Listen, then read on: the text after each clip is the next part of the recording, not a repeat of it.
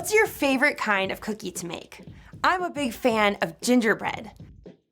I love turning out the exact same shape over and over and over and over. You don't even have to be an artist to make gingerbread cookies come out just right. But the best works of art don't come from a mold. They're unique, original, one of a kind. And the greatest work of all time is you. God made you to reflect a little bit of who He is to the world around you. But He made you to reflect Him in a way that's entirely different from your brother, your mom, your neighbor, or even that popular kid at school. God made only one you, and He made you on purpose. No one else in the entire world can fill that perfect spot He crafted, just for you. And when you discover who God made you to be, you can make a greater difference in this world than you could ever imagine. That's why individuality is an amazing way to worship God with your life. Because worship is about more than just singing loud. It's all about living loud.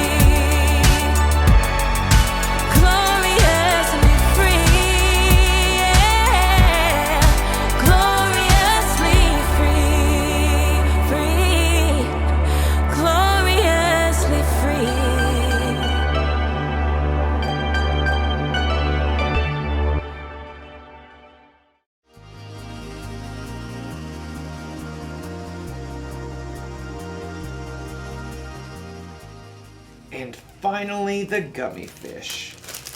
That's individuality for you. Individuality is discovering who you're meant to be so you can make a difference.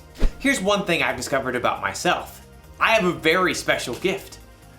I'm kind of an expert at finding the perfect candy combinations. For instance, everyone knows that chocolate and peanut butter goes well together. But did you know that sour worms and cherry starburst together will make your head spin?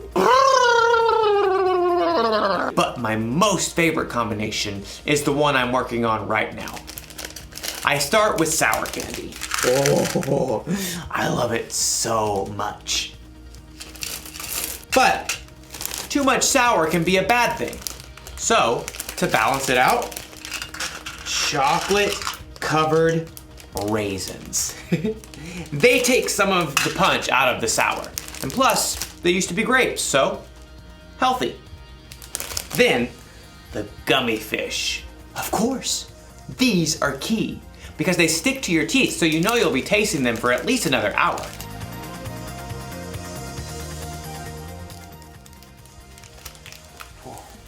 You see that? I used my gift of candy combining to really make a difference in my life. Now I have all these perfect little bags that I can enjoy for weeks to come. Or at least a couple of days. I'm going to eat so much candy. So much candy. I wonder if there's a better way for me to use my gift. One that won't make me sick or cost me a fortune at the dentist. You know, our story today is about a woman named Lydia. She had a very special gift too, and we're going to learn how she used it. So much candy. I'll see you soon. The Bible. It's 66 books of history, stories, letters, and poetry that fit together to form God's one big story. The epic adventure of how He created us and loves us so much that He made a way to rescue us. As we travel through the Bible, from Genesis to Revelation, we discover people who met God and found their lives changed forever. Now, for an amazing story, inspired by the book of Acts, chapter 16, verses 13 through 15. Lydia of Thyatira was a remarkable woman.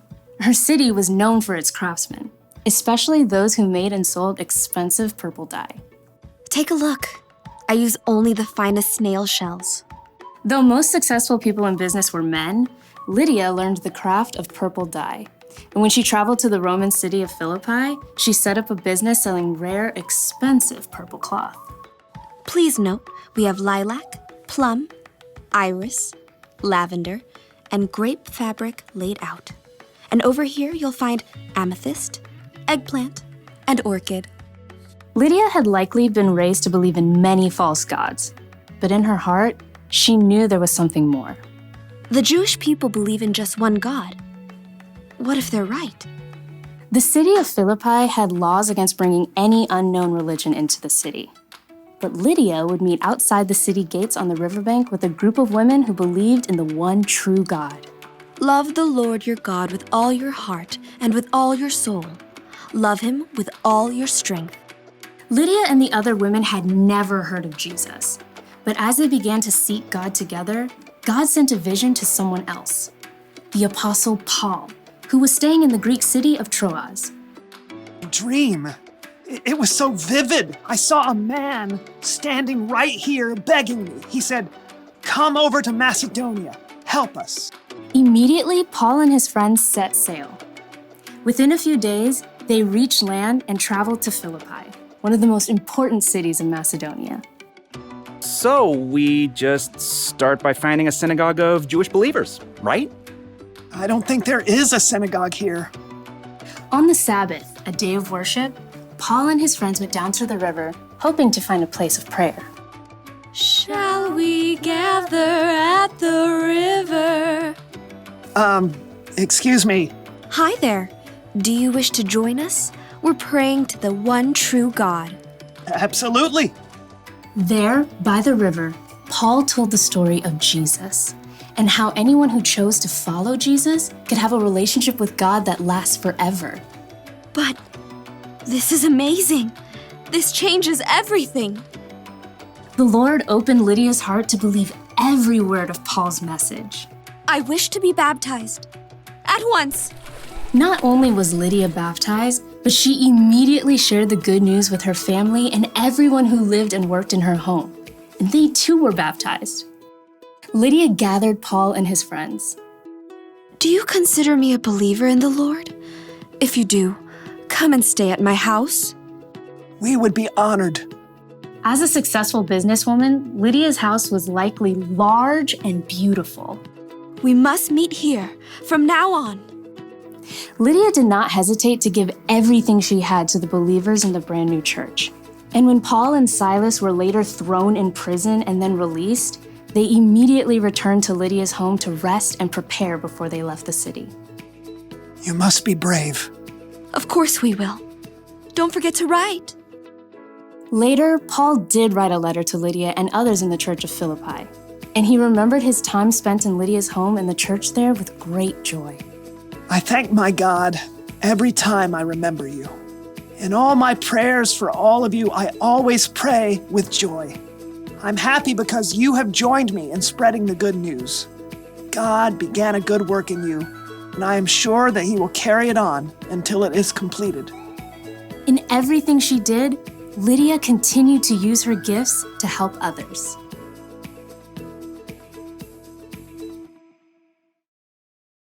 Okay, so everyone has at least one gift, right? Something they can do really well.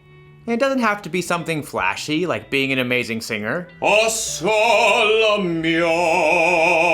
You could be good at baking, swimming, finding things that are lost, talking very, very, very, very fast, making people laugh, identifying different species of birds.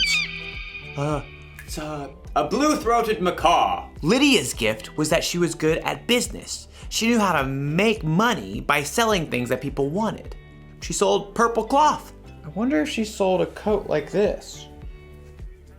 Probably not. Whether you know it or not, you have a gift. You may even have more than one. But what your gifts are isn't as important as how you use them. Lydia used the money she made in her business to provide a place to stay for the Apostle Paul and his friends. She used her gifts to help others. And Jesus was constantly teaching people, healing people, and loving people. He used his gifts to help others too. That's what we should do. When we're good at something, we shouldn't just use it to help ourselves or to make ourselves look good. God gave us our gifts, and we should share them with other people. That's the one thing to remember today. Use your gifts to help others. So I think I'm gonna share these bags of candy instead of keeping them all to myself. And not only that, I bet I can use my gift to help other people find their favorite candy combinations. I could go into business like Lydia. Whew. This idea is making my head spin.